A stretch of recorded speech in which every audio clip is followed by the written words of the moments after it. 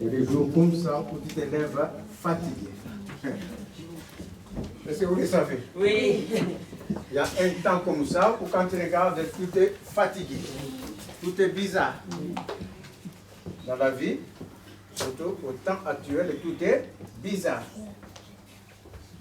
Les choses vont à contrario de ce que nous espérons. Tout est renversé. Le naturel est en bas.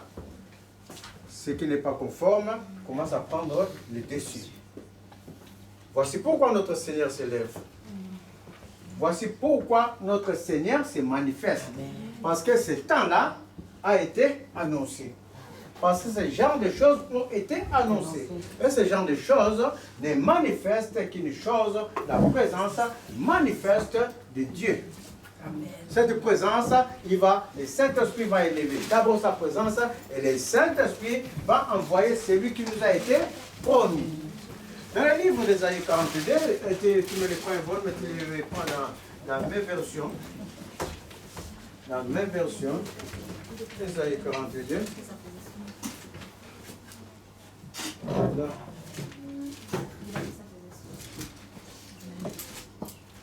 42. Voilà. Je commence à Ésaïe 42, il est décrit.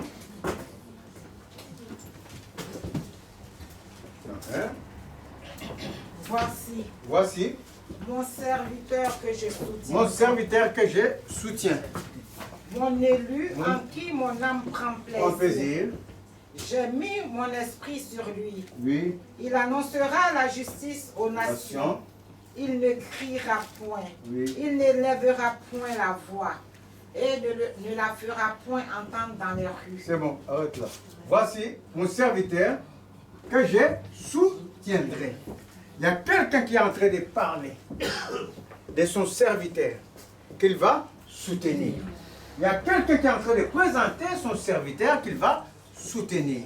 Et ce serviteur, le serviteur de l'Éternel, c'est d'abord Jésus lui-même. Le Saint-Esprit dit qu'il les soutiendra. Non seulement il se soutiendra, ce serviteur ne criera point.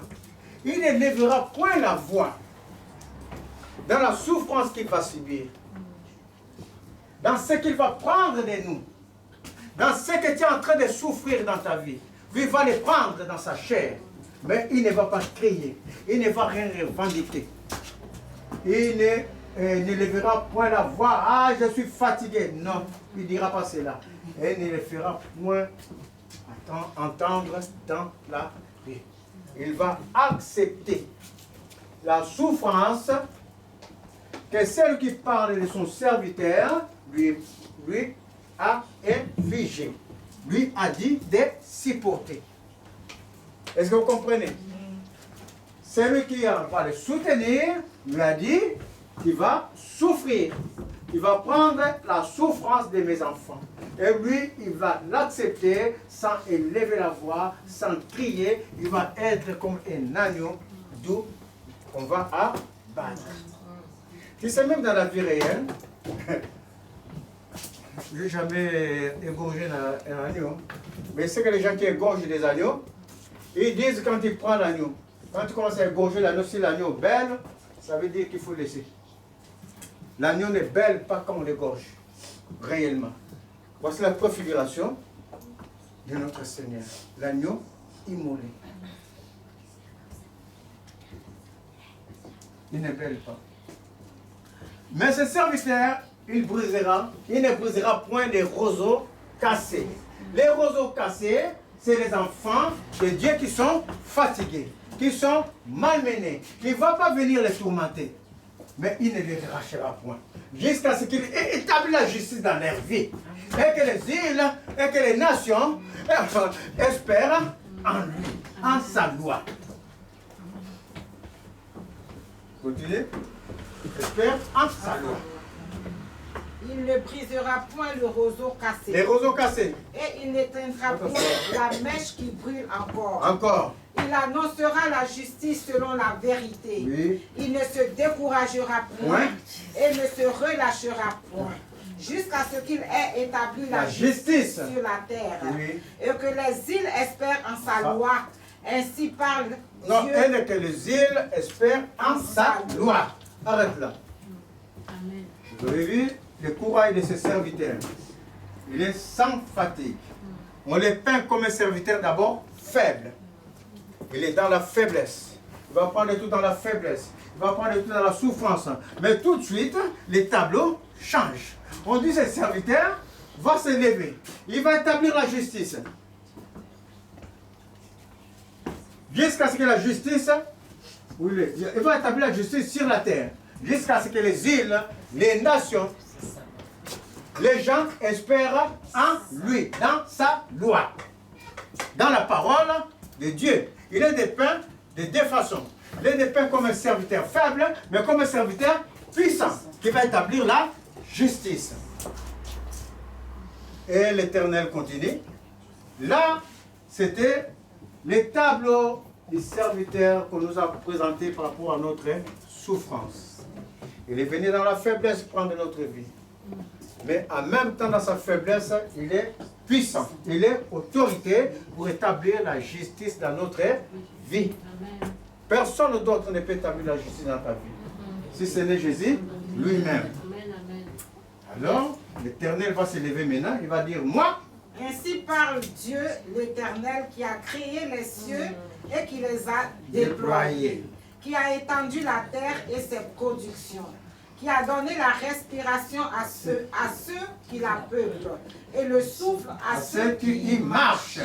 Donc, celui qui parlait du serviteur, c'est l'Éternel lui-même. Mais on verra qui c'est cet Éternel. On verra qui c'est cet Éternel.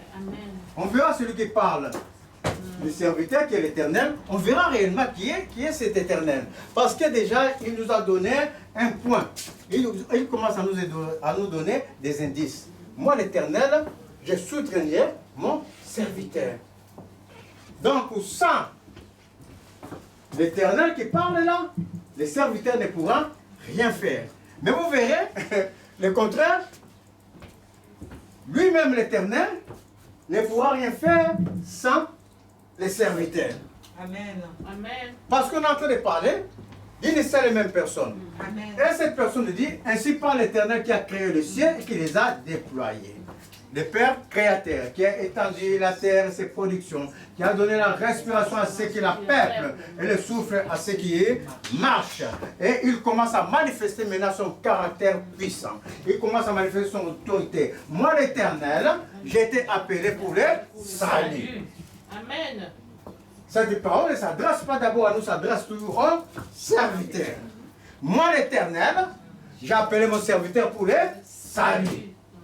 Et je te prendrai par la main, je te garderai et je t'établirai pour faire alliance avec les peuples, pour être la lumière des nations, pour ouvrir les yeux des aveugles, pour faire sortir des captifs et de leurs cachots ceux qui habitent dans les ténèbres. Je suis l'Éternel. Cela est mon nom. Je ne donnerai ma gloire à personne, ni mon honneur aux idoles. Voici les premières choses se sont accomplies et je vous annonce des nouvelles avant qu'elles arrivent. Je vous les prédis. Amen. Amen. Normalement, ça devrait finir là. Après, chantant l'Éternel, un cantique nouveau, ça c'est les nations qui sont délivrées, qui chanteront. Amen. Je suis l'Éternel. Cela est mon nom, dit Jésus. Dit l'Éternel lui-même. Il ne donnera sa gloire à personne ni son honneur aux idoles. Les premières choses sont déjà accomplies. Quelles sont les premières choses qui se sont accomplies? C'est que Christ, le serviteur, est venu faire. Christ est venu déjà sa première arrivée. Il a fait des choses. Qu'est-ce qu'il a fait des choses? Il est parti à l'œuvre de la croix sans broncher. Et les nouvelles choses vont arriver. Les nouvelles choses, ça concerne la seconde avenue du serviteur. Amen. À cette seconde avenue du serviteur, il y a tout ce que nous sommes en train de voir dans ce monde aujourd'hui. La souffrance, guerre, la situation qui est en train de monter de façon, je ne sais pas moi, désordonnée. Et les enfants de Dieu de notre côté sont en train de se lever. De la même manière qu'il a choisi un serviteur, le serviteur est venu à son tour lui qui est notre maître, choisir des serviteurs pour les remplir, pour les soutenir, afin qu'ils marchent dans ce monde chaotique. Vous êtes en train de suivre? Pourquoi j'ai pris Ésaïe 42? Parce que je veux que nous nous dirigeons. Nous allons nous diriger vers le Saint-Esprit. Nos pensées, pendant que nous sommes en train de faire les 40 jours. Les 40 jours que le Seigneur a manifestés par la croix n'étaient possibles que par la puissance du Saint-Esprit qu'il a amené. C'est ainsi qu'à un moment donné, Père, si c'est possible, éloigne de moi cette coupe. Et le Saint-Esprit l'a soutenu, il est parti jusqu'au bout. Et quand même il est parti sous la terre, la parole déclare, le Saint-Esprit l'a ressuscité d'entre les morts. Le Saint-Esprit, c'est celui qui est dès le commencement. Le Saint-Esprit, c'est celui-là même qu'on a vu la semaine dernière. Abraham avait foi à un Dieu qui appelle à l'existence ce qui n'existait point. Or, ce Dieu-là, c'est celui qui est invisible.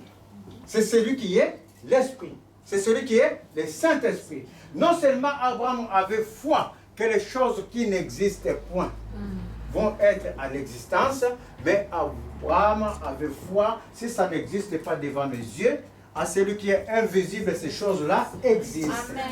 Voici pourquoi la foi d'Abraham a été dirigée vers ce Dieu invisible qui a toutes choses. C'est Dieu qui a dit, s'il y a la stérilité, moi Dieu, je ne suis pas stérile. Est-ce que vous comprenez? S'il y a les chaos, moi Dieu, je suis dans l'abondance. C'est le Dieu des productions, le Dieu des renouvellements. Donc ces choses que tu ne vois pas existent aux mains du Dieu qui est invisible. De telle sorte que tu ne peux pas concevoir dans ta tête quelque chose qui n'existe pas. Impossible. Est-ce que vous comprenez? Impossible.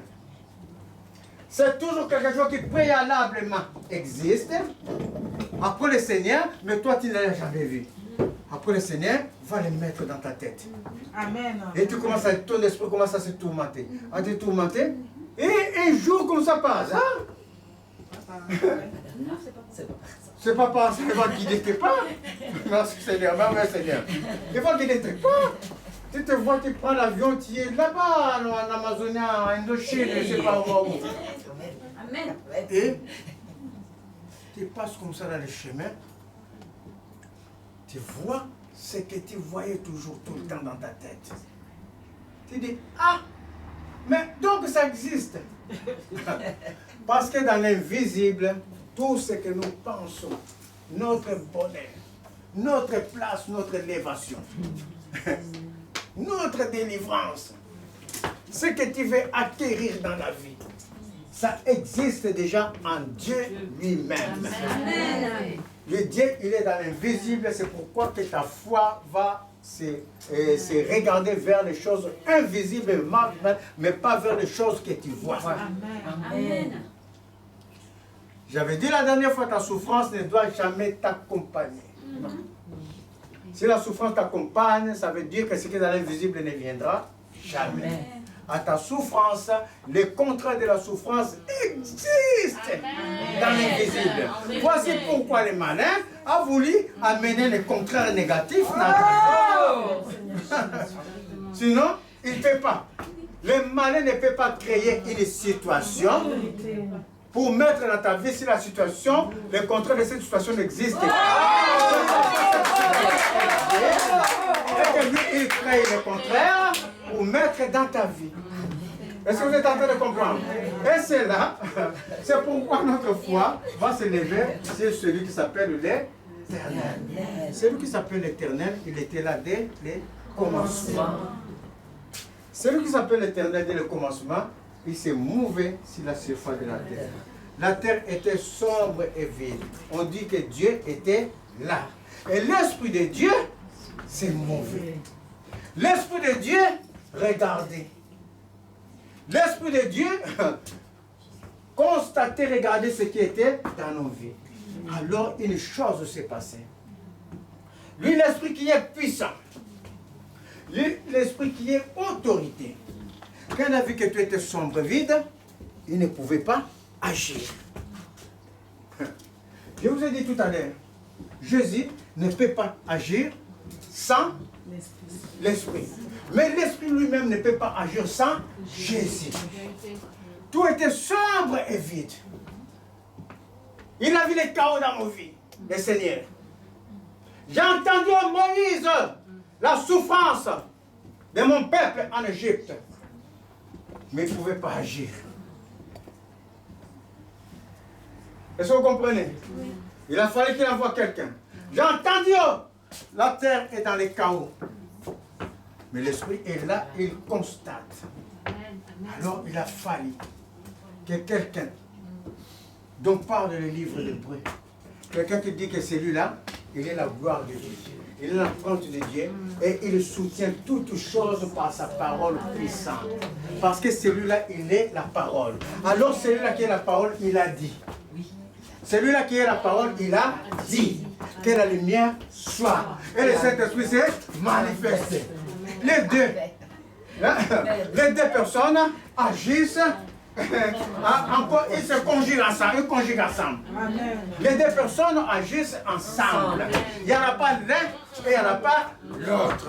Le Saint-Esprit n'est pas avec nous jusqu'en fin des temps si Jésus n'est pas là.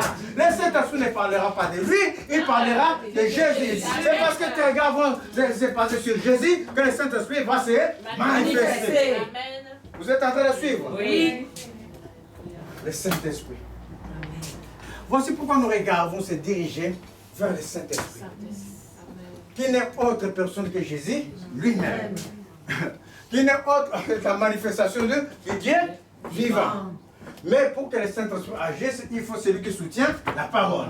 Et celui qui soutient la parole, toute chose par sa parole puissante, c'est Jésus. Est-ce que vous êtes en train de suivre? C'est ainsi que Jésus lui-même, dans le livre de Jean 5, voici, Jésus est en train de se promener. Et quand il se promène, il arrive vers les piscines de Bethsaïda. Et il y a un monsieur paralytique et qui souffre depuis 38 ans. Qu'est-ce que le Seigneur fait? Il dit, tu veux être guéri?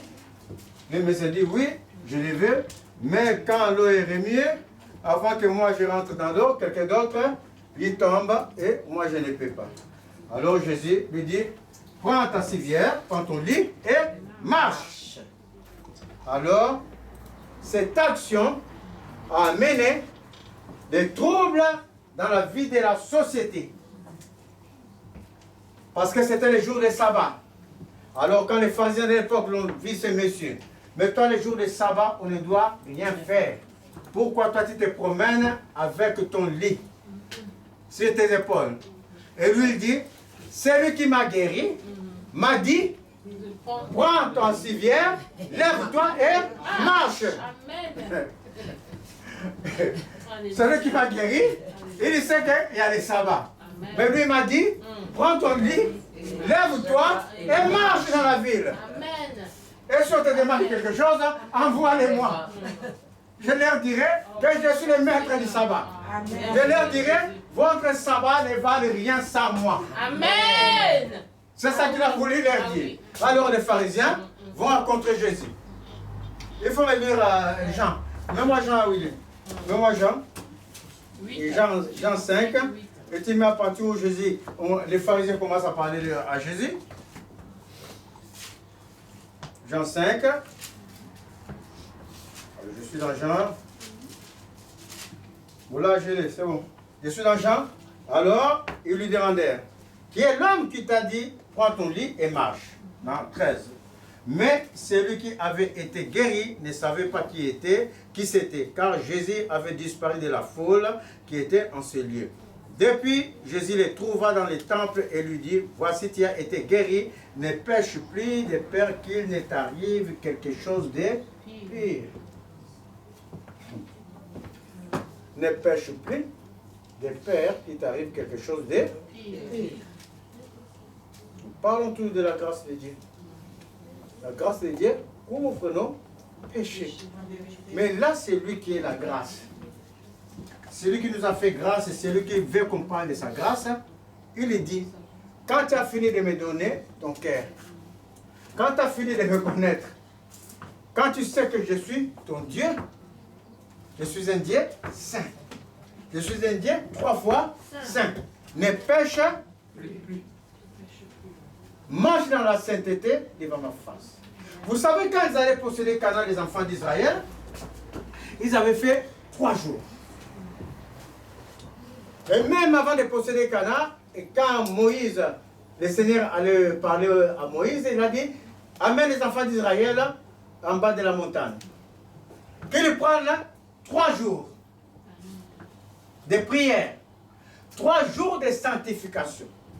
Même celui qui avait la femme n'allait pas vers sa femme pendant 3 jours. Et quand les animaux n'ont pas été tenus en laisse, comme ils sont impurs, quand les animaux passaient au pied de la montagne, ils étaient foudroyés. Au point que Moïse avait tracé une ligne. Il a dit, ne franchissez pas cette ligne. Parce que dans ma confidence avec l'Éternel, il m'a dit de ne pas franchir cette ligne, comme ça vous êtes en dehors presque de sa présence. Mais vous entendrez sa voix, vous verrez sa gloire. Ils devaient être dans la sainteté. Et pour posséder Canaan, ils étaient pendant 3 jours dans la sainteté. Pour venir à Dieu, on ne vient pas à Dieu avec son péché et on continue à venir à Dieu. Est-ce que vous comprenez? On abandonne ses péchés parce qu'on a connu celui qui a pardonné nos péchés.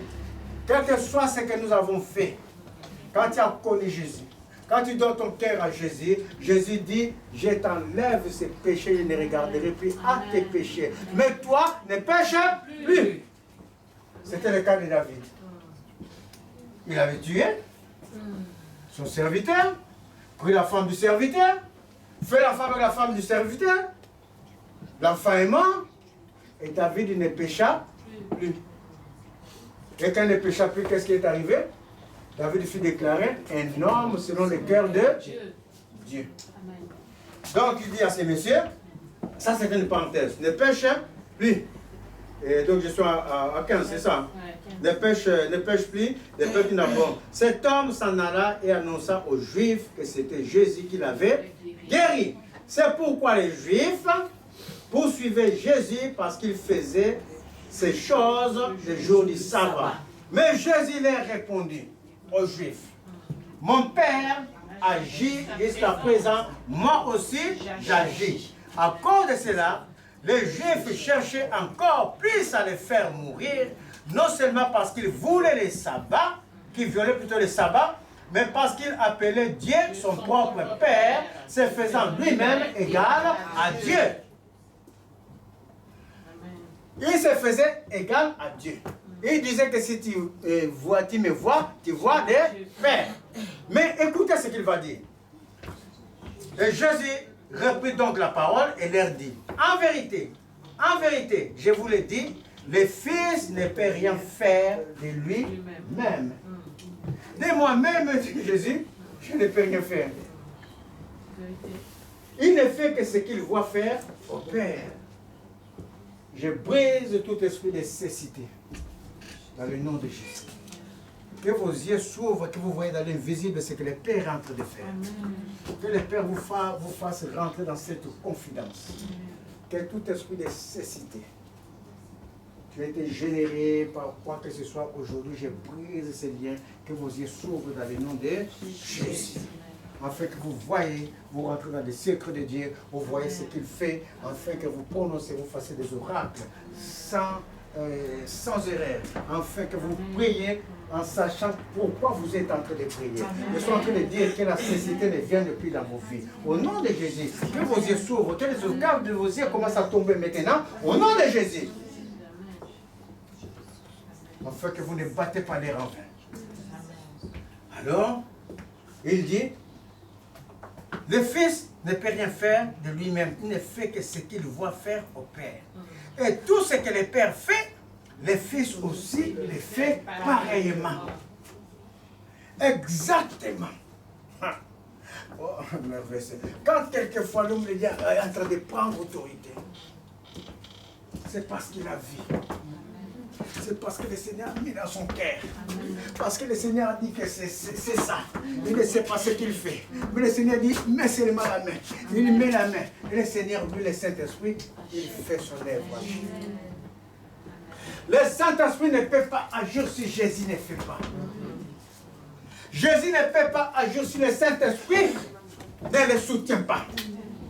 Celui-ci est mon fils à qui j'ai mis toute ma confiance.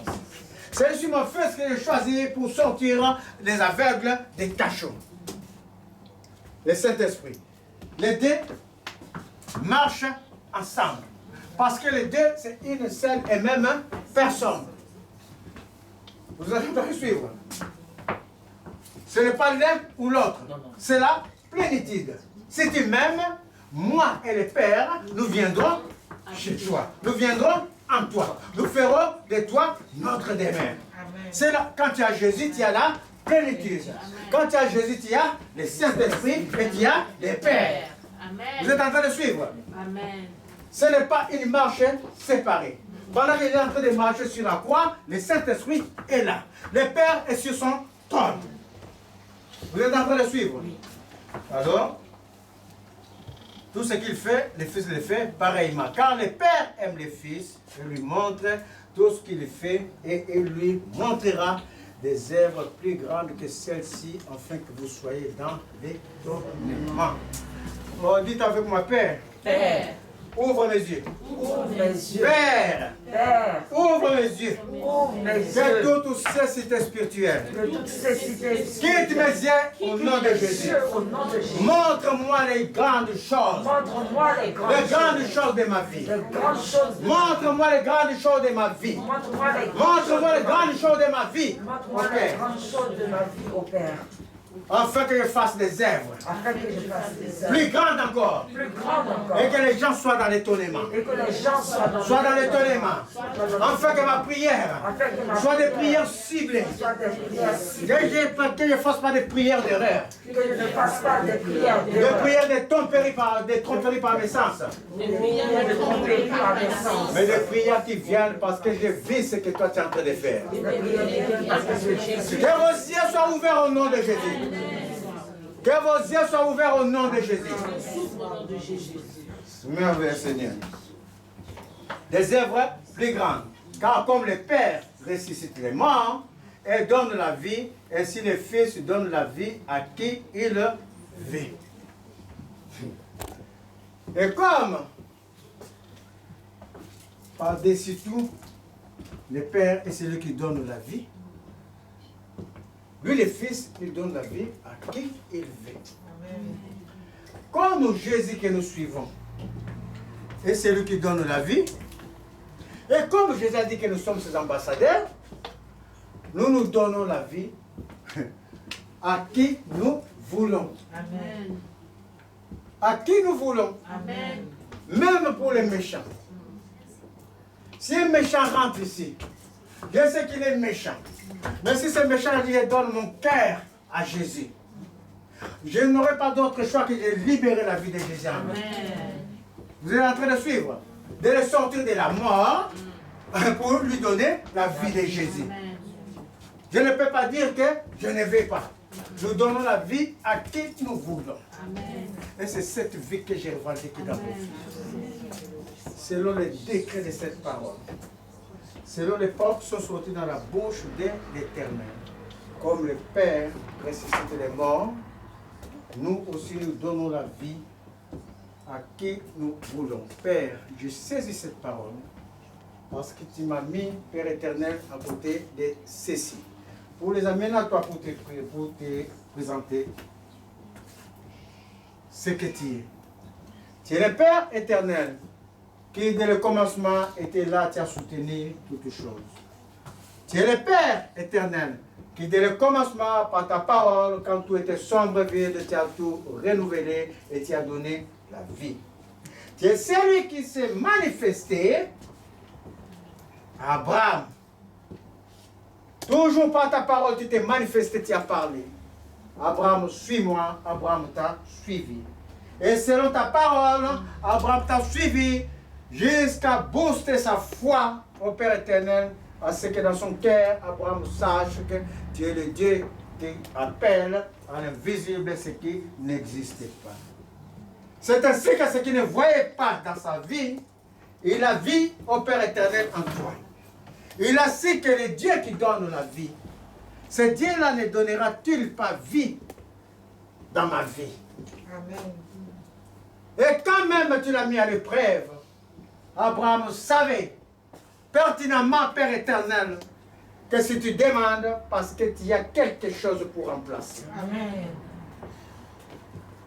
Tu es le Dieu qui s'est manifesté à Moïse. Qui t'est manifesté sous ta forme d'esprit. Mais tu as parlé. Parce que tu viens dans toute ta plénitude. Tu as dit, Moïse, j'ai vu la souffrance de mon peuple. Va libérer mon peuple. Et de la même manière que tu m'as appelé pour libérer, tu m'as appelé pour renverser les œuvres des ténèbres. Tu m'as appelé pour sortir des ténèbres et les mettre à ton admirable lumière. Tu m'as appelé au Père, afin que ta vie soit manifeste. Tu m'as appelé au Père éternel, pour que je libère ta parole. C'est cette parole que je libère, la parole de vie. Voici tes enfants ici présents, et ils sont tous fatigués. Mais dans leur fatigue, ils ont cru que tu es le faible qui est parti à la croix pour eux. Dans toute cette fatigue, ils savent que tu es parti dans la souffrance, Père éternel, sur la croix pour eux. Non seulement cela, ils savent que Père éternel, comme tu es, qui est dépeint, Père éternel, le livre d'Ésaïe, tu es le Dieu tout-puissant, le Dieu qui établit la justice dans la vie de tes enfants. Alors, Saint-Esprit, viens établir la justice dans la vie de ces enfants-là dans le nom de Jésus. Amen. La parole déclare que jamais personne n'est invoqué en vain. Jamais personne n'est invoqué en vain. Jamais personne n'est invoqué en vain, ô Jésus. Ceci invoque ton nom. Ceci appelle ton nom jour après jour. Il appelle ton nom et à ce temps encore où tu vas, Père éternel, faire un réveil personnel dans leur vie. Un réveil où ils sachent, ils le savent, mais ils sauront que tu es le Dieu, le garant total de leur vie. Voici ce qu'ils sont en train de chercher. Ils ne cherchent pas l'or et l'argent. Ils ne cherchent pas les désirs de ce monde. Ils ne cherchent pas l'élévation de ce monde. Mais c'est toi qu'ils sont en train de chercher pendant ces 40 jours. Alors, Père, toi qui as envoyé Jésus dans l'œuvre de la croix, que cette œuvre de la croix agisse totalement dans leur vie, dans le nom de Jésus. Que les effets de l'œuvre de la croix se manifestent miraculeusement, surnaturellement, parce que tu es le Dieu de surnaturel, que cela se manifeste fermement dans leur vie, dans le nom de Jésus. Viens faire œuvre nouvelle dans leur vie. Fais œuvre nouvelle dans leur vie. Fais œuvre nouvelle dans leur vie en ton nom, Père éternel. Car les contradictions sont énormes. C'est en toi qu'ils tirent la force. C'est à toi, ils ne peuvent rien faire, mais ils savent que toi, tu peux tout. Alors, Saint-Esprit, viens te manifester, viens te lever, viens te manifester. Élève-toi dans leur vie. Oui, Père éternel, je proclame la délivrance totale dans le nom de Jésus. Que les liens qui a servi le peuple de Dieu, je les brise aujourd'hui par la puissance du nom de Jésus. Je brise ces liens dans le nom de Jésus. Je brise ces liens dans le nom de Jésus. Afin que vous sortez du cercle vicieux. Et que la gloire de Dieu, la gloire de Dieu descende. De la même manière que tu m'as dit que depuis le jour où vous êtes humiliés pour chercher mon nom. Que vous êtes humiliés pour me chercher. Que vous êtes humiliés pour me chercher. Et moi je dis que vous me trouverez. Moi je dis que le ciel est ouvert. Alors Père éternel, comme tu as dit que le ciel est ouvert, descends ta grâce sur tes enfants au nom de Jésus.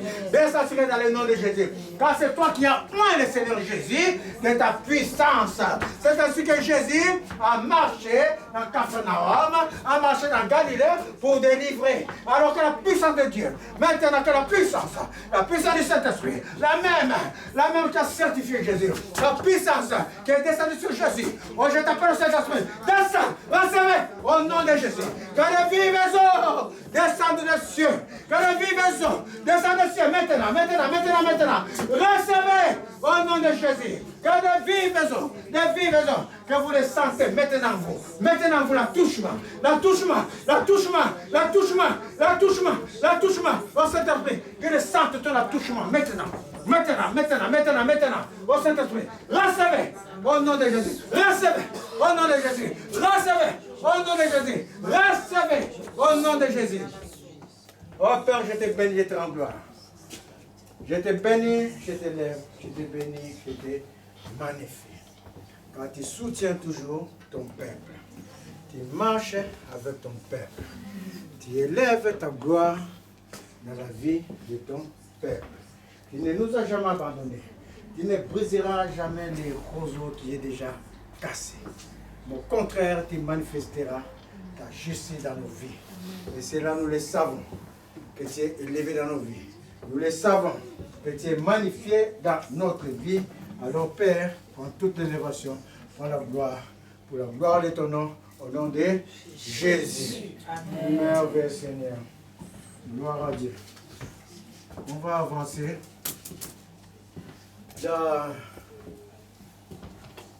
La semaine prochaine, on va se préparer.